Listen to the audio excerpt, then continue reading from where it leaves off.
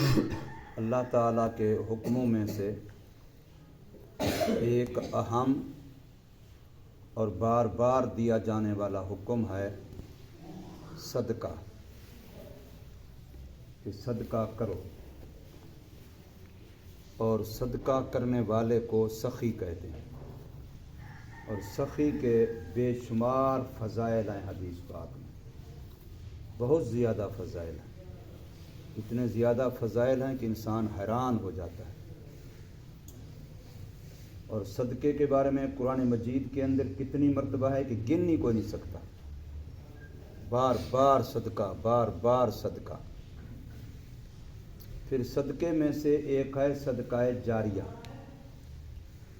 ایسا صدقہ کہ ہمارے دنیا سے چلے جانے کے بعد بھی مخلوق خدا کو اس سے فائدہ نفع پہنچتا رہے۔ صدقہ عام لفظ ہے، زکوٰۃ کو بھی شامل ہے، فطرانے کو بھی شامل ہے، عشر کو بھی شامل ہے، اور بلکہ ہر نیکی کو شامل ہے۔ حضور صلی اللہ علیہ وسلم فرمایا کہ راستے سے تکلیف دہ چیز ہٹا دینا صدقہ ہے۔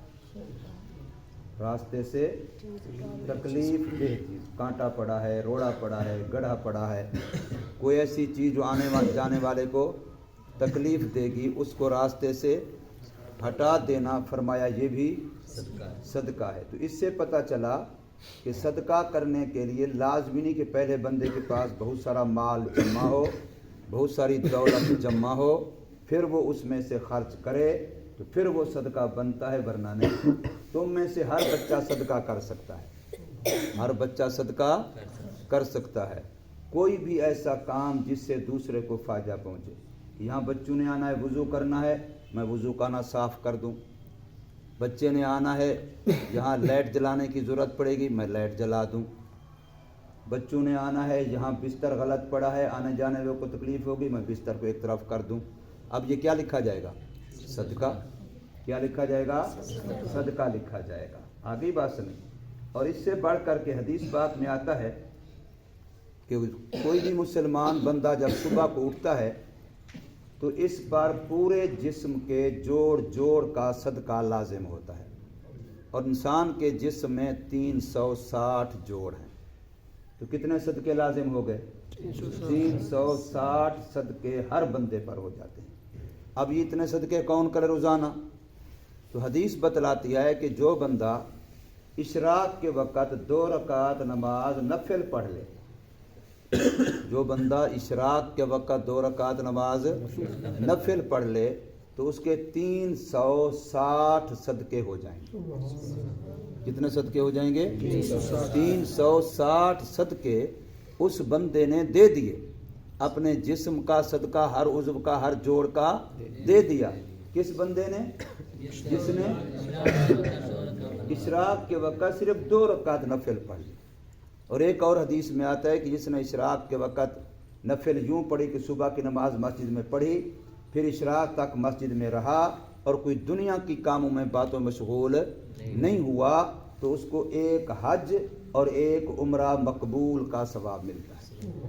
حج آج کل کم از کم 15 لاکھ روپے کا ہے، آج کل کے زمانے میں حج کم از کم 15 لاکھ روپے کا، عمرہ 5 لاکھ کا۔ اب گویا 20 لاکھ روپے کا صدقے کا ثواب روزانہ وہ بندہ حاصل کر سکتا ہے جو بندہ صبح کی نماز کے بعد مسجد میں رہے، چاہے ذکر کرتا رہے، تلاوت کرتا رہے، کوئی دین کی کتاب پڑھتا رہے، بس رہے مسجد میں اور دنیا کے کسی کام میں مشغول نہ ہو۔ اور جو ہی دیکھے اب اشراق کا وقت ہو گیا، 10 15 20 منٹ ہوتے ہیں، اس کو دیکھ لیا تو وہ ٹائم آ گیا کہ اس وقت وہ اشراق پڑھ لیتا ہے، تو اب اس کو 20 لاکھ روپے گویا صدقہ کرنے کا ثواب ملتا ہے۔ کتنا بڑی بات ہے۔ اور یہاں لفظ ہے حج عمرہ مقبولہ۔ ویسے بندہ حج کرے 20 لاکھ لگا بھی دے، گارنٹی تو نہیں ہے قبول ہوا کہ پتہ نہیں ہوا۔ عمرہ کرے لیکن پتہ تو نہیں قبول ہوا کہ نہیں ہوا، لیکن اس بندے کو مقبول حج کا، مقبول عمرے کا ثواب ملتا ہے۔ آگے بات سمجھ۔ میں نے عرض کیا کہ صدقے میں سے ایک صدقہ کیا ہے؟ جاریہ، کہ مرنے کے بعد اس کا سلسلہ، مثلا ایک بندے نے 1 فٹ زمین گلی کو دے دی، اپنی زمین چلو بھی ذرا گلی کھلی ہو جائے. اب یہ تو مر گیا، لیکن وہ جو 1 فٹ زمین گلی کو دی تھی اس سے مخلوق خدا کو آنے جانے والوں کو آسانی ہوگی کہ نہیں ہوگی؟ ہوگی. تو اب یہ مر گیا، مٹی ہو گیا، رشتہ دار بھی بھول گئے، قبر بھی بھول گئے، کہاں اس کو دفنایا تھا، کب دفنایا تھا، کئی سال گزر گئے، دادے پردادے، چکر دادے، مکڑ دادے، سکڑ دادے، اکڑ دادے، نکڑ دادے، وہ سارے بھول گئے. لیکن اللہ کے فرشتے اس کی نیکی آج بھی لکھ رہے ہیں. حضرت عثمان غنی رضی اللہ عنہ آج سے 1440 سال پہلے، آج سے 1440، اس سے بھی زیادہ بنتا ہے، 45-44 سال سے بھی زیادہ بنتا ہے. اس وقت ایک باغ نبی پاک صلی اللہ علیہ وسلم کو جا کے وقف کیا، دے دیا. یہ مسجد کا ہے، یہ اللہ والوں کا، غریبوں کا. حضور صلی اللہ علیہ وسلم نے یہ کیا کیا؟ فرمایا اس کی جتنی آمدنی ہوگی، اس وقت کھجوروں کے درخت ہوتے تھے، اس کی جتنی آمدنی ہوگی سال کے بعد کھجوریں پکتی ہیں، آدھی مسجد نبوی پہ خرچ ہوگی، آدھی مدینے کے یتیموں فقیروں مسکینوں پہ تقسیم ہوگی.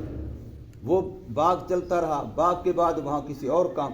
آج کل اسی جگہ پر بلڈنگ بنی ہوئی ہے، پلازا بنا ہوا ہے، بہت بڑا پلازا ہے، آج بھی وہ موجود ہے. اور اس پلازے میں جتنا ہوٹل ہے، جتنا کمرے ہیں، جتنا وہ سارا رینٹ پہ کرائے پہ دیا ہوا ہے، تو اس کا جتنا کرایہ آتا ہے آج کل لاکھوں میں آتا ہے. تو آدھا کرایہ آج بھی مسجد نبوی میں خرچ ہوتا ہے، آدھا وہاں کے غریبوں یتیموں پر خرچ ہوتا ہے. اور آج باقاعدہ بینک میں، اس وقت تو بینک کا تصور بھی نہیں تھا، آج بینک میں باقاعدہ حضرت عثمان غنی رضی اللہ عنہ نام کا اکاؤنٹ بنا ہوا ہے. اس کا کرایہ جو آتا ہے وہ اکاؤنٹ میں جمع ہوتا ہے، پھر وہاں سے جو متولی ہیں، ذمہ دار ہیں، وہ نکالتے خرچ کرتے رہتے ہیں. تو اب یہ صدقہ جاریہ ہے کہ 1445 سال کے قریب گزر گیا، آج بھی حضرت عثمان غنی رضی اللہ عنہ صدقہ کر رہے ہیں. یہ سخاوت ہے، سخی عثمان، سمجھے کہ نہیں؟ تو صدقات جاریہ، صدقہ جاریہ کی 2 صورتیں بڑی اہم ہیں. ایک یہ کہ آپ صدقہ کریں ایسے طریقے سے کہ صدقہ بھی آپ کا ہو جائے اور آپ کے رشتہ دار کو آپ سے فائدہ بھی مل جائے. اسے کہتے ہیں صلہ رحمی. کیا کہتے ہیں اسے؟ صلہ رحمی. کہ میرا رشتہ دار ہے، یہ بھی حقدار ہے، یہ بھی حقدار ہے، یہ بھی حقدار ہے، یہ بھی حقدار ہے، لیکن ان میں سے ایک میرا رشتہ دار ہے، باقی رشتہ دار نہیں ہے. تو اب میں رشتہ دار کو دیتا ہوں تو صدقہ تو میرا کسی کو بھی دیتا ہو جاتا، لیکن رشتہ دار کو دینے صدقہ بھی ہو جائے گا اور ساتھ کیا ہو جائے گی؟ رشتہ داری کا ملاپ اور جوڑ بھی ہو جائے گا. اس کو کہیں گے صلہ رحمی. تو کتنے کام ہو گئے؟ ڈبل. اسی طریقے دوسرا کام یہ ہوتا ہے کہ صدقات کرتے ہوئے آپ یہ دیکھیں کہ یہ بندہ دین کا کام کر رہا، چاہے وہ مسجد کا امام ہے، چاہے وہ مسجد کا خطیب ہے، چاہے وہ مسجد کا مبلغ ہے، وہ معلم ہے، وہ جمعہ پڑھاتا ہے، وہ کسی مدرسے کا ٹیچر استاد ہے، قاری صاحب ہے، عالم دین ہے، وہ تبلیغ میں وقت لگا رہا ہے، وہ دین سیکھنے والا طالب علم ہے.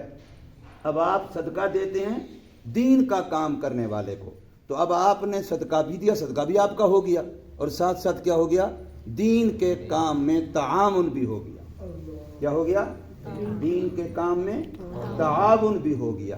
تو اب یہ آپ کو کتنے کام ہو گئے؟ آپ کے 2، صدقہ بھی ہو گیا اور تعاون علی الدین بھی ہو گیا، تعاون علی الخیر بھی ہو گیا، تعاون البر والتقوی.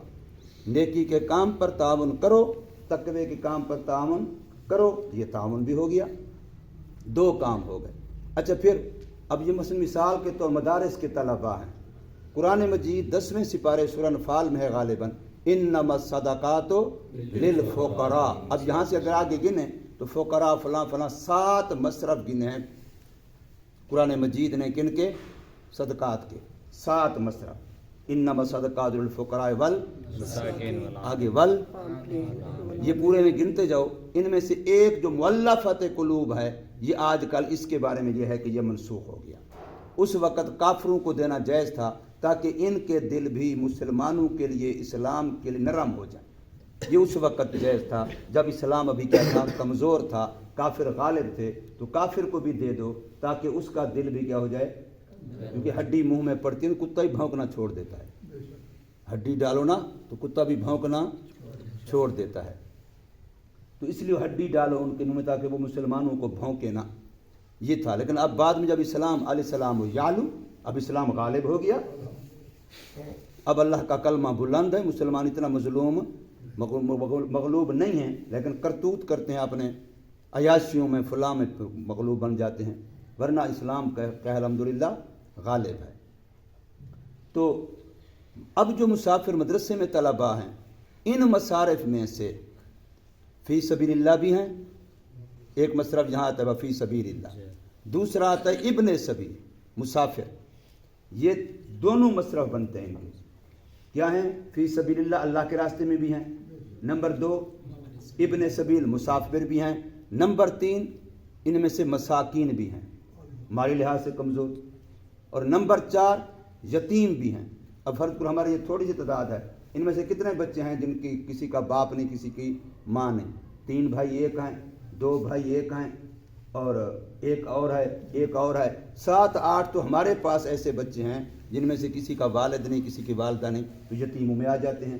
تو گویا ان میں سے کسی کو دینا وہ صرف یہ نہیں کہ 7 مصارف میں سے آپ کسی ایک کو دے رہے ہیں، بلکہ آپ ابن سبیل کو بھی دے رہے ہیں، فی سبیل اللہ کو بھی دے رہے ہیں، یتیم کو بھی دے رہے ہیں، اور مسکین کو بھی دے رہے ہیں، اور اس کے علاوہ کیا ہے جو اپنا ویسے مستحق ہے غریب اس کو بھی، کیونکہ یہ جتنے بیٹھے ہیں یہ ساروں کن کے پاس کی نصاب تو کسی کے پاس نہیں۔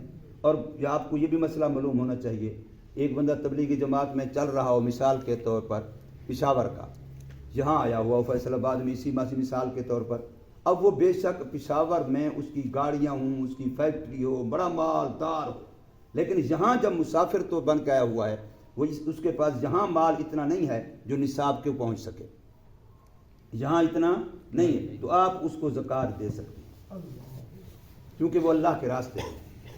طالب علم جتنے ہیں اگرچہ ان کے ماں باپ امیر بھی ہوں بالفرض، کسی کے باپ زمینیں بھی ہوں، گاڑی بھی ہو، ٹریکٹر بھی ہو، فلاں بھی، امیر بھی ہوں، لیکن جب یہ مسافر ہوں تو پھر ان کی وہ عمارت بھی زکوٰۃ لینے میں رکاوٹ نہیں ہے۔ اول تو باپ امیر ہے، یہ تو نہیں ہے، جو بالغ ہو گیا وہ باپ سے الگ تھلگ کا نفع نقصان کا معاملہ ہے، اور اگر نابالغ بھی ہو تو ان کی یہاں حالت مسافرت کی ہے۔ اور جیسے میں نے تبلیغی جماعت کی مثال دی ہے، طالب علم بھی جب سفر کر کے کہیں ہو تو پھر اس کو زکوٰۃ بالکل لگتی ہے، چہ جائے کہ وہ کیا ہو، پیچھے اس کا گھر کے لحاظ سے امیر ہی کیوں نہ ہو۔